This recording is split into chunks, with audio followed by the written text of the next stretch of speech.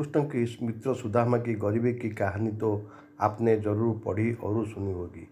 इसके पीछे सुदामा की बेईमानी की कथा भी काफ़ी प्रचलित है, मगर सुदामा की बेईमानी के पीछे एक गहरा रहस्य छुपा था जिससे सिर्फ श्री कृष्ण ही जानते थे।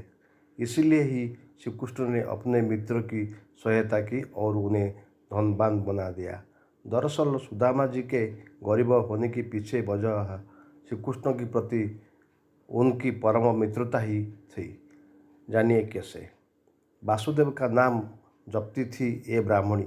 एक गरीब और निर्धन ब्राह्मणी प्रभु वासुदेव का नाम जप कर और भिक्षा में मिले अनाज को खाकर अपना जीवन यापन करती थी। एक वक्त ऐसा आया कि उसे 5 दिन तक भिक्षा नहीं मिली।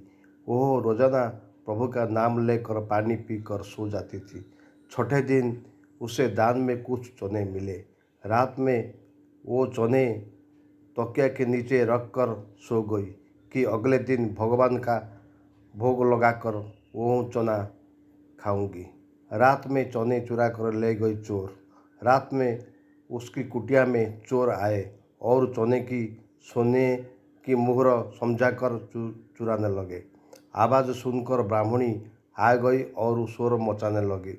उसके आवाज़ सुनकर गांव वाले चोर को पकड़ने के लिए भागे तो चोर संदीपनी मुनि के आश्रम में छिप गई।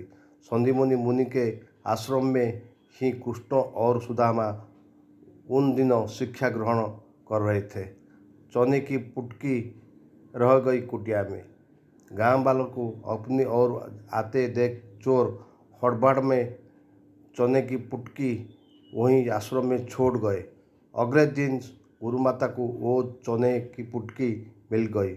उधर भूख में व्याकुल ब्राह्मणी की जब पता चला कि चोर उसकी चने चुरा कर ले गई तो उसे शाप दे दिया कि जो भी उन चनों को खाएगा वो दरिद्र हो जाएगा। जब सुदामा को खाने के मिले चने, सुदामा और श्री कृष्ण रोजाना की तरह जंगल में लकड़ी लाने जा रहे थे। गुरु माता ने वो चने सुदामा को देते हुए कहा कि भूख लगने तो दोनों लोग मिलकर बांट खा लेना। जब सुदामा को पता चला सारा रहस्य तो सुदामा जी ब्रह्मज्ञानी थे। चने की पुटकी हाथ में आते ही उन्हें सारा रहस्य समझा आ गया। तब उन्होंने सोचा कि यदि ये चने उन्हें श्री कृष्ण को खिला दिया तो सारी सृष्टि गरीब हो जाएगा।